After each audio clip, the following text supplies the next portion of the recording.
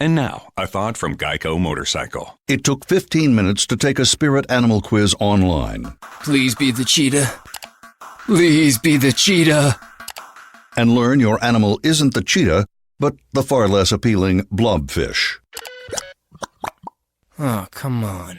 To add insult to injury, you could have used those 15 blobfish minutes to switch your motorcycle insurance to Geico. Geico. 15 minutes could save you 15% or more on motorcycle insurance. Welcome to episode 26 of the Feed Your Soul with Kim podcast. Today we talk about candy and why it's not bad. We've really become a society where we demonize candy and become really afraid of it. And so in this podcast, we'll discuss how we bought into that idea that candy is bad, why thinking candy is bad actually makes us want it more, and how we can look at candy differently. We're in an all candy zone today. Let's get started.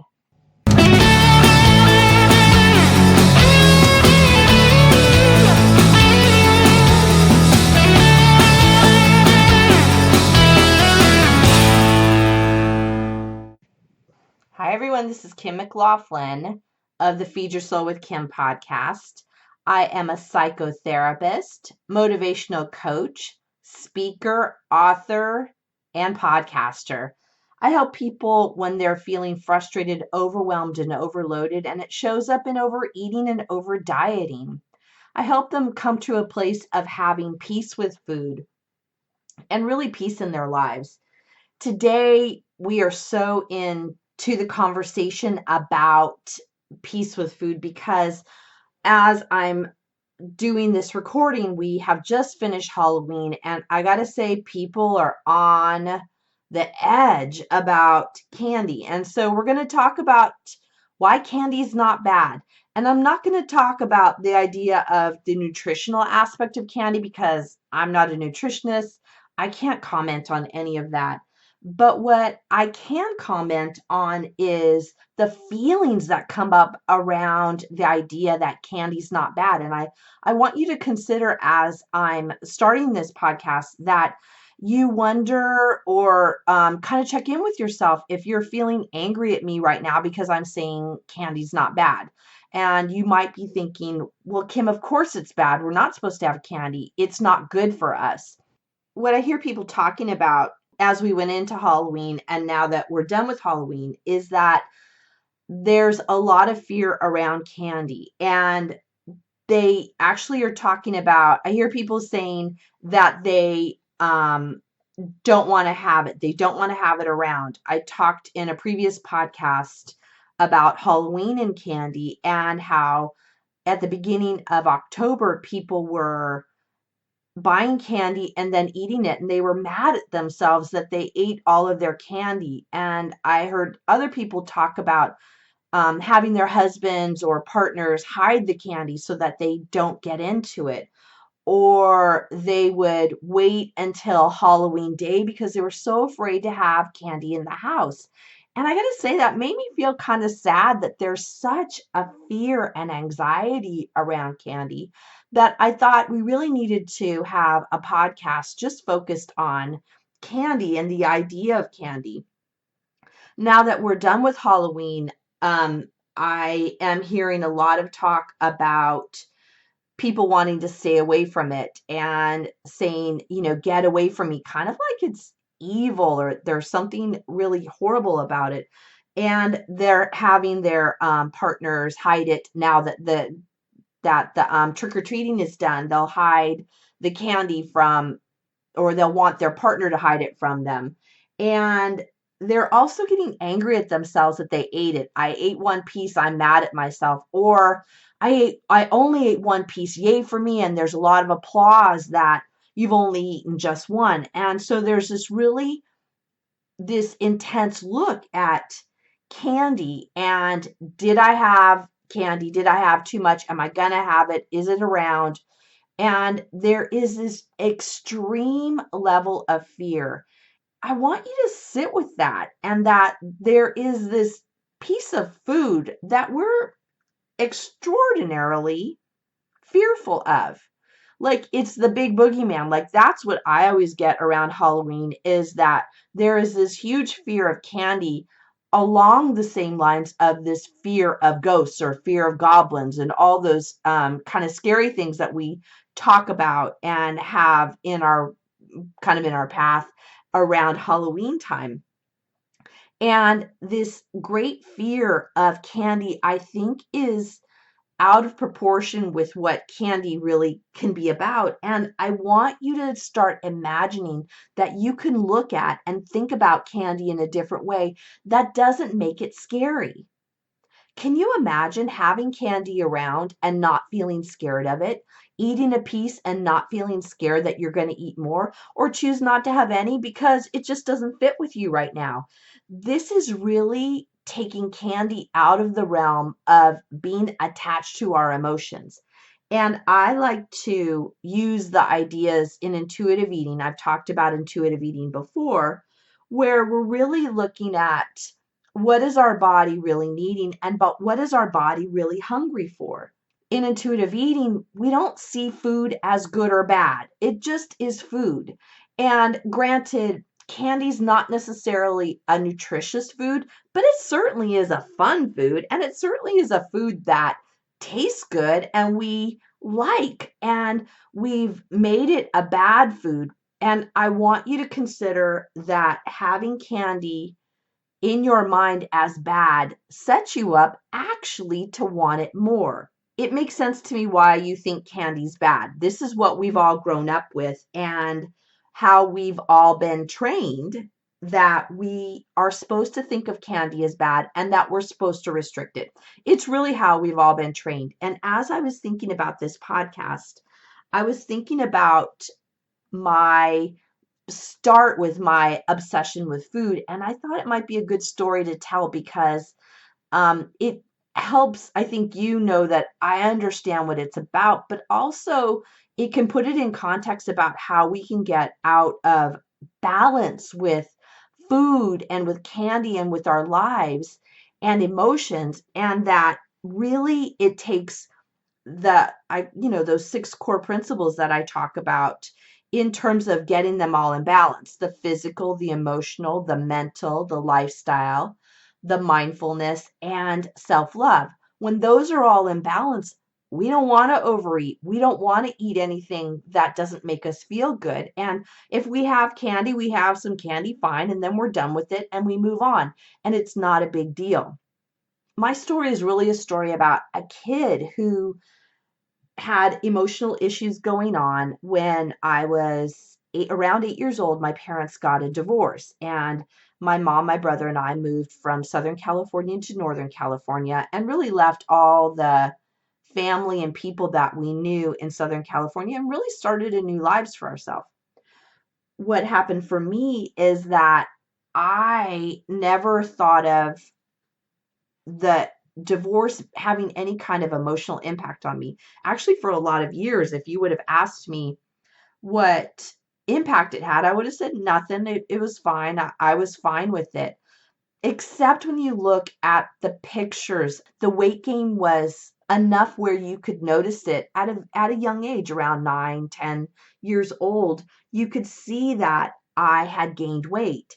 And that really is not the major issue. It's just kind of the outer manifestation of what was going on inside for me. But what I notice now as I reflect back on what happened for me at that point in time is that I began to obsess about food. I've obsessed a lot about candy, actually, and I wanted it on a daily basis, and I would go out of my way to hide it, to get it, and to eat it. And that was where the starting spot was. So when the overeating and the constant eating and that obsession started to show up on my body in terms of weight gain, I didn't know what to do. And there was a lot of comments about my body, about my weight. And finally, when I was a young teenager, my mom offered a diet to me. And I took it because that's what you're supposed to do, or what I learned you're supposed to do. And I think what our society thinks we're supposed to do is that when we gain weight, we're supposed to go on a diet. But when you think about it, the diet actually didn't solve my problem. And it started the roller coaster ride of increasing weight, go on a diet, binge, feel guilty and ashamed, go on a diet, binge, feel guilty and ashamed, and go on a diet. It was that circular motion that I talk about with all of you about where diets lead us back to binging. And that is absolutely my story.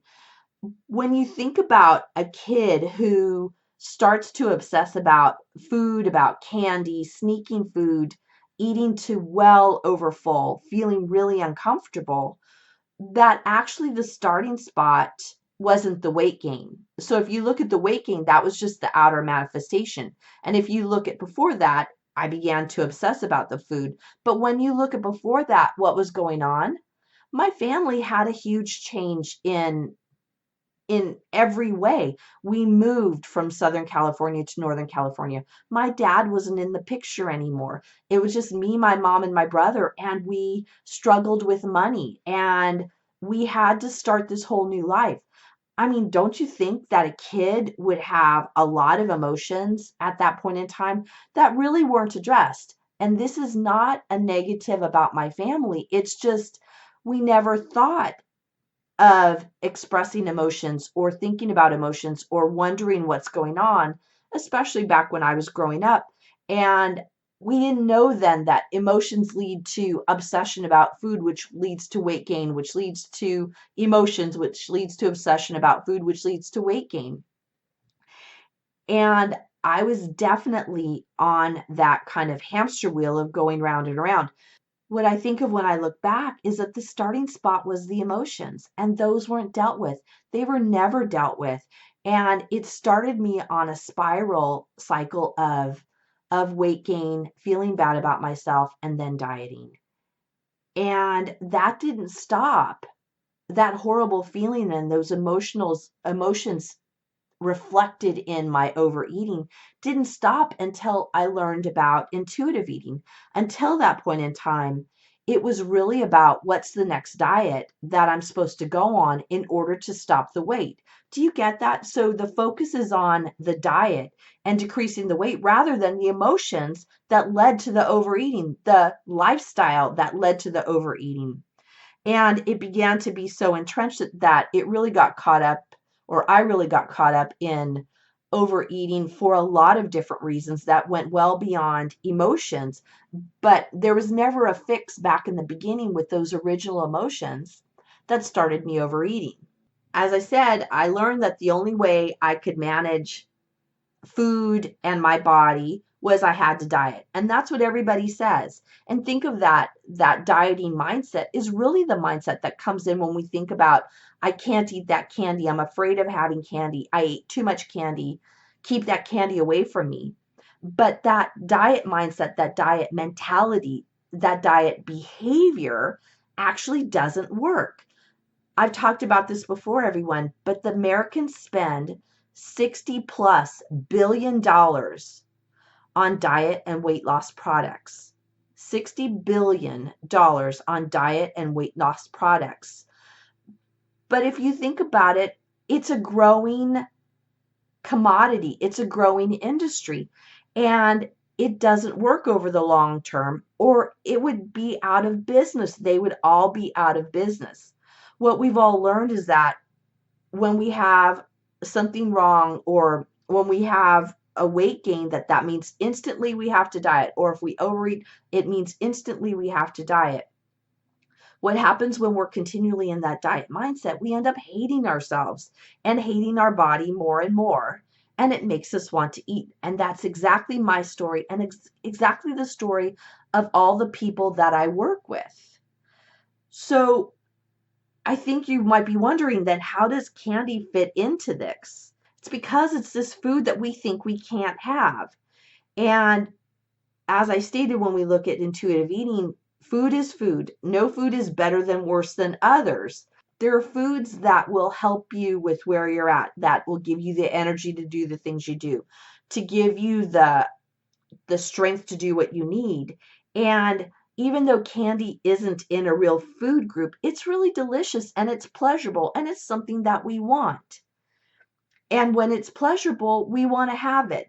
But when we put candy in the place of dealing with our fears, dealing with our sadness, dealing with our emotions, it's going to be something we're going to turn to help us take care of ourselves.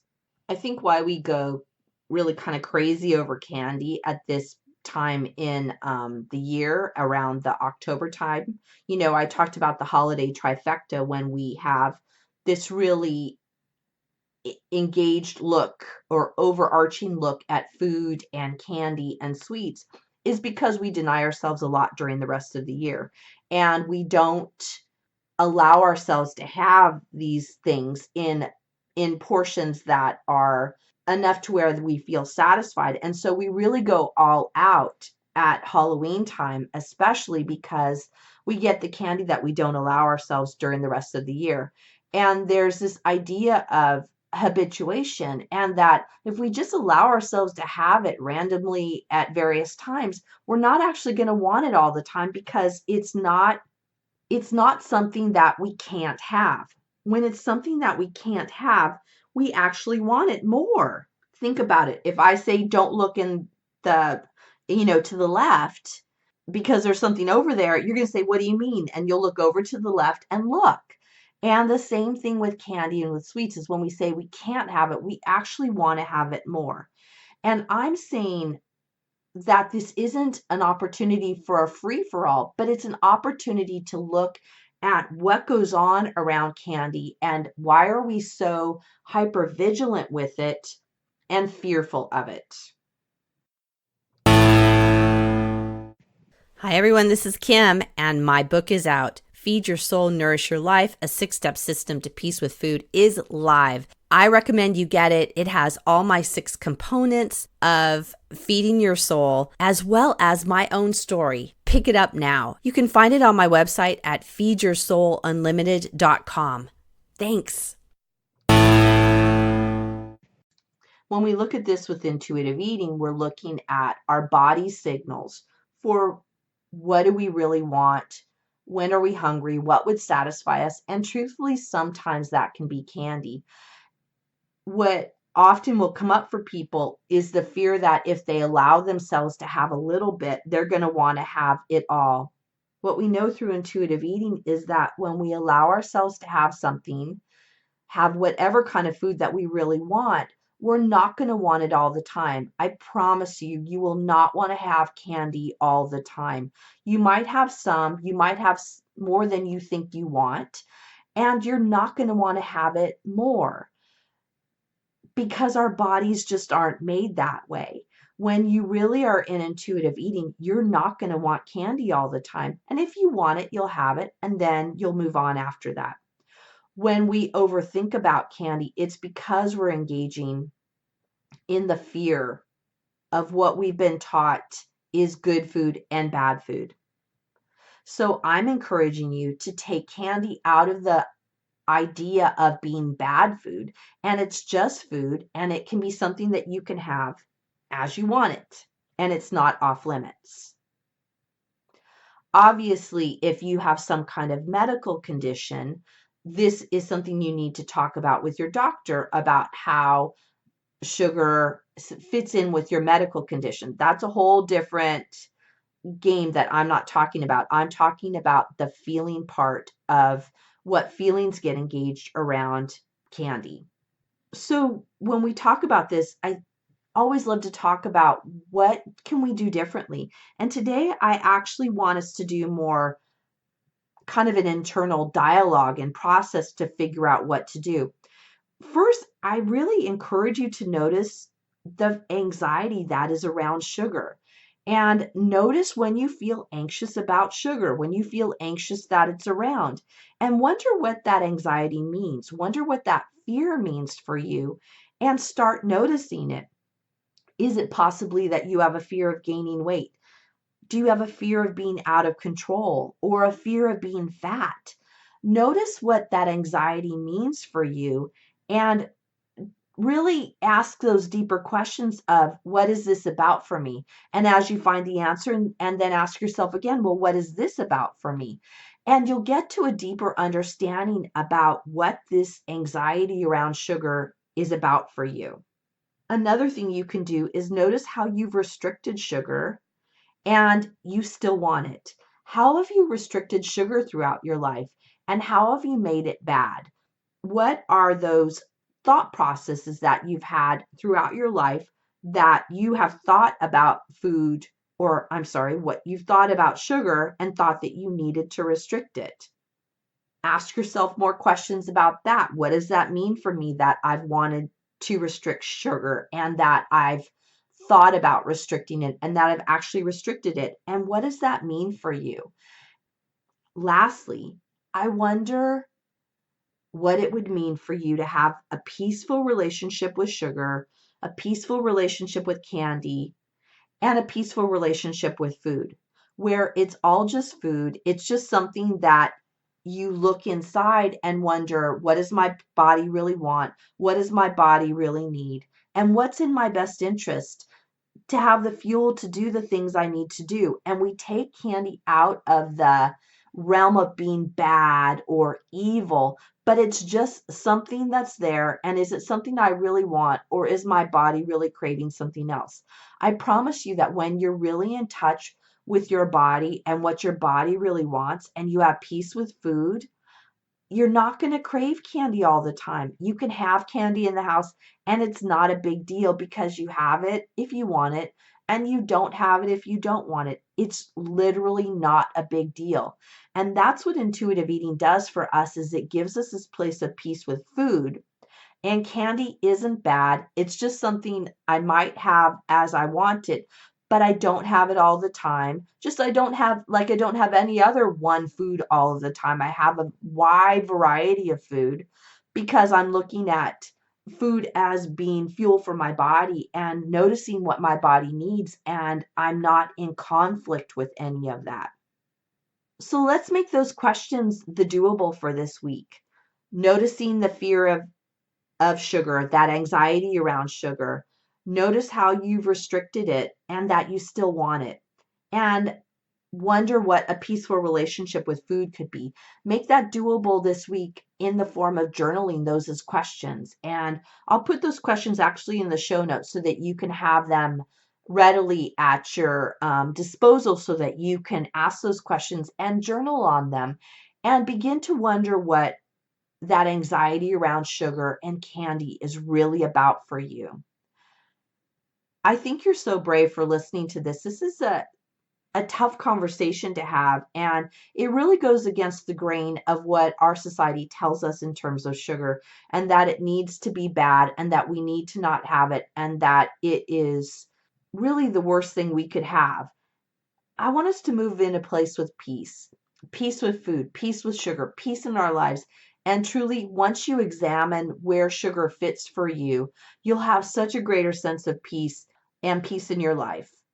Make it a great week. I look forward to talking with you next week on the Feed Your Soul with Kim podcast. Bye, everyone.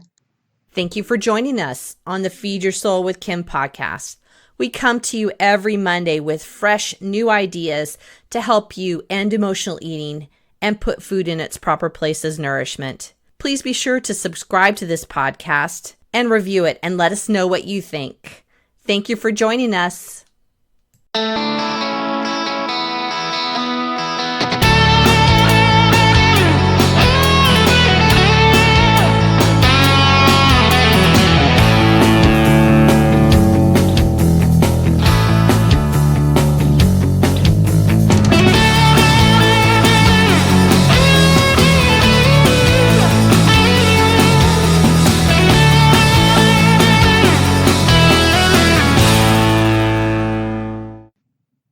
Carl's Jr. Charbroiled Double Deals just popped up on my timeline. The California Classic Double, the Jalapeno Double, and the Double Cheeseburger, $2.49 each. How'd they know? The algorithm, dude. Charbroiled Double Deals for $2.49 each. Only at Carl's Jr. Available for a limited time. Price and participation may vary. Price higher in Alaska and Hawaii. Tax not included. Right now, when you come in and switch to T-Mobile, you get the amazing iPhone 11 Pro on us with iPhone XS trade-in.